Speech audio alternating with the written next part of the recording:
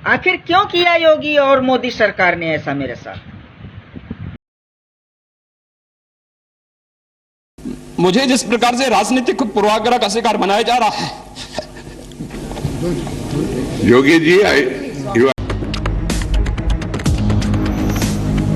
क्या उत्तर प्रदेश में जंगल राज चल रहा है? क्या प्रशासनिक नाकामियों को छुपाने के लिए हिंदू मुसलमान का रंग दिया जा रहा है?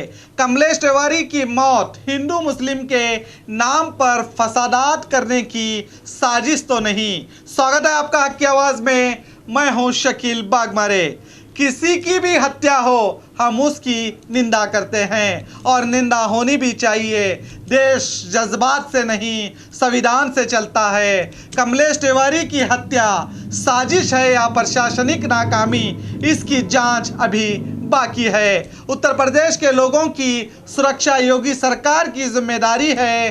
कमलेश के विवादित बयान देने के बाद उनकी सुरक्षा के लिए पिछली सरकार द्वारा 1 दर्जन से भी ज़्यादा पुलिस कर्मचारियों को हथियारों के साथ सुरक्षा के लिए तैनात किया था। मगर ऐसा क्या हुआ? योगी सरकार के आते ही कमलेश तिवारी की सारी सुरक्षा हटाकर एक पुलिस कर्मी को तैनात किया गया था। क्योंकि हम ये बात इसलिए उठा रहे हैं कि जब 2007 में योगी तीसरी बार एमपी चुनकर आए थे तो अपनी सुरक्षा का हवाला देते हुए सन्मान्य स्पीकर के सामने भरे सदन में फूट फूट कर रोते हुए अपनी सुरक्षा की मांग की थी। देखिए। Yes, I respect you. I'll look into it. Tell us.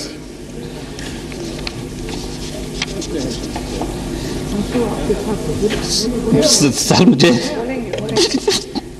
बोले don't be Tell him. Go on, Nitin. Yogi ji, we all respect you. Please, we shall certainly look into it. I tell you. अध्यक्ष, मैं तीसरी बार गोरखपुर से लोकसभा का सदस्य बना हूं। पहली बार मैं 25,000 वोटों से जीता था, दूसरी बार 50,000 से जीता और तीसरी बार लगभग 1.5 लाख मतों से मैं गोरखपुर से चुनकर के आया हूं। लेकिन पिछले कुछ समय से महोदय राजनीतिक विद्वेष के तहत मुझे जिस प्रकार से राजनीतिक पूर्वाग्रह का शिकार बनाया जा रहा है, मैं केवल आपसे अनुरोध करने के लिए आया हूं, क्या मैं इस सदन का सदस्य हूं या नहीं हूं, और क्या यह सदन मुझे संरक्षण दे पाएगा या नहीं दे पाएगा? You are a very honorable member of the house. मुझे संरक्षण नहीं दे सकता है तो मैं आज ही सदन को छोड़ करके वापस जाना चाहता हूं। यो छोड़िए सब। मैंने कोई महत्व नहीं रखता महोदय।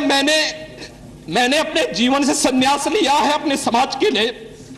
मैंने अपने परिवार को छोड़ा है, मैंने अपने माँ बाप को छोड़ा है, लेकिन आज मुझे अपराधी बनाया जा रहा है महोदय, केवल राजनीतिक पूर्वाग्रह के तहत।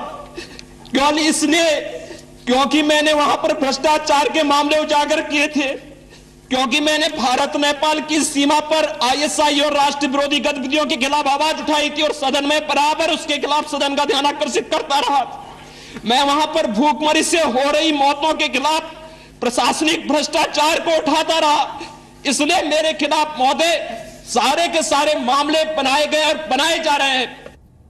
तो आपने देखा किस तरह अपनी सुरक्षा को लेकर अपनी जान की रक्षा के लिए भरे सदन में रोते हुए अपने दुख और डर सुनाते हैं। अब आप जरा सोचिए, जो अपनी सुरक्षा के लिए वो रो कर आवाज उठा रहा था, आज यूपी में इन्हीं की सरकार है, यही मुख्यमंत्री भी हैं और इन्हीं के राज्य का कमलेश तिवारी ने हत्या से पहले अपनी मन की बात बताते हुए एक वीडियो वायरल किया था, जिसमें योगी सरकार पर सवाल उठाते हुए कहा था कि गांधी की हत्या करने वाले, गोडसे की मंदिर बनाकर पूजा करने वाला कमलेश 30 साल से हिंदुओं के लिए लाठी डंडे खाकर उनके लिए आवाज़ उठा रहा हूँ। जब कोई मुसलमान मुझे गाली देता है तो मुझे उतना बुरा नहीं लगता जितना भाजपा, आईटी सेल या संघ और बीजेपी के नेता मुझे कांग्रेसी कहते हैं। जब कोई संघ या बीजेपी के कार्यकर्ता मरता है तो मैं उनके खिलाफ और वो मेरे खिलाफ होने के बावजूद भी मैं उनके लिए लड़ता हूं, क्योंकि वो भी हिंदू हैं। बीजेपी नेता नहीं चाहते कि कोई और हिंदू नेता ना बन सके, इसीलिए योगी सरकार के आते ही मेरी सुरक्षा हटाकर मेरी हत्या करने की साजिश कर रहे हैं, कहा था कमलेश तिवारी ने। मगर गोदी और सरकारी मीडिया के पास दम नहीं के असलियत को बता सके। देखिए, बहुत पीड़ा है। 30 साल पूरे जवानी के हमने जेल, लाठी खाना, आंदोलन करना, हिंदुओं को जगाना, और फिर भी भाजपा, आईटी सेल, भाजपा के लोग, संघ के लोग मुझे कांग्रेसी कहते। जिस कांग्रेस को हम मिटाने के, और मतलब गांधी के चरित्र, गांधी के अस्तित्व को मिटा दिया गोडसे मंदिर के रूप में और गोडसे की प्रतिमाएं, उस व्यक्ति के ऊपर जिसने 30 साल से लगातार केवल हिंदुओं के लिए लड़ाई लड़ी अपने सुखों को छोड़कर, उसे मात्र तुच्छ राजनीति के चलते कांग्रेसी कहा जाता है। पीड़ा होती है इस दिल के अंदर। मुझे इतनी पीड़ा मुसलमान जब गाली देता नहीं होती। जब कोई हिंदू राजनीतिक व्यवस्था के चलते और भाजपा के एजेंट बन के मुझे कांग्रेसी कहता, तब मेरा दिल छलनी हो जाता है। दिल छलनी हो जाता है। मैं अपनी जिंदगी दांव पे लगा चुका हूं, अपने परिवार की लगा चुका हूं। हमें विश्वास में तो लें, लेकिन आप काम उल्टा करते हो। जिस सपा सरकार ने मुझे सुरक्षा दे रखी थी, 12-12, 13-13 पुलिस वाले लोग, आपने क्या किया? सारी सुरक्षा हटा दी, एक गनर रखा। इससे तो यही सिद्ध होता है कि जब इस देश का मुसलमान मुझे जान से मारना चाहता तो आप उस षड्यंत्र के हिस्सेदार बन गए। आप चाहते हो कि मेरी हत्या हो जाए। आखिर क्यों? हिंदुओं समझिए, ये कटु सत्य है। आखिर क्यों किया योगी और मोदी सरकार ने ऐसा मेरे साथ? वो चाहते कि मेरी हत्या हो जाए, उनके खिलाफ बोलने वाला कोई मजबूत हिंदू नेता खत्म हो जाए। हिंदुत्व की जब संघ का पदाधिकारी कार्यकर्ता, भाजपा का पदाधिकारी कार्यकर्ता मरता है तो मैं ये नहीं सोचता हूं कि वो संघ और भाजपा का है, हम चुप रहे। हम ये सोचते हैं कि वो हिंदू है।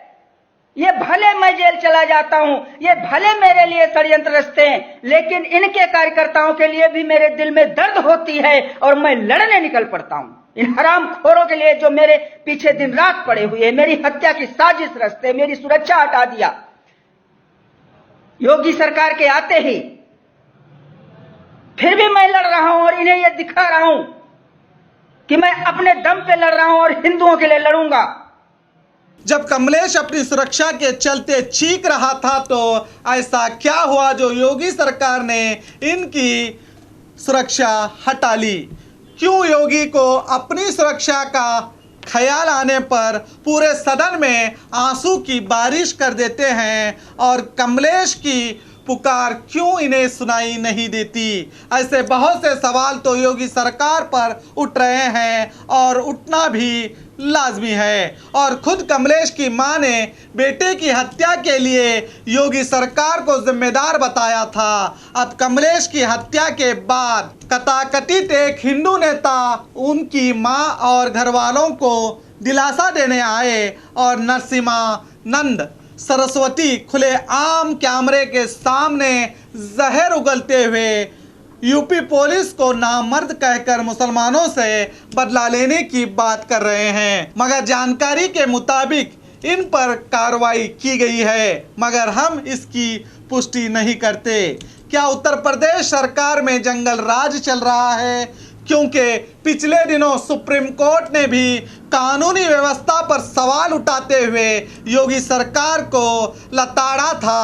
क्या यूपी सरकार कमलेश तिवारी की हत्या की असली वजह ढूंढ निकालेगी या कमलेश तिवारी की मौत को हिंदू मुसलमान के नाम पर फसादात करने की साजिश तो नहीं की जाएगी, या हर हर महादेव के नाम पर फसादात की आग लगाने वालों की जबान पर क्या ताला लगाने में यूपी सरकार कामयाब होगी, या इन्हें और जहर उगलने के लिए आज़ाद छोड़ दिया जाएगा, या हिंदू मुसलमानों के नफरत के रंग में रंग कर सियासत और कौन सा नया रंग बताएगी, ये तो आने वाला वक्त ही बताएगा। तो देखते रहिए आपका अपना बी न्यूज़ नेशन, हक की आवाज़।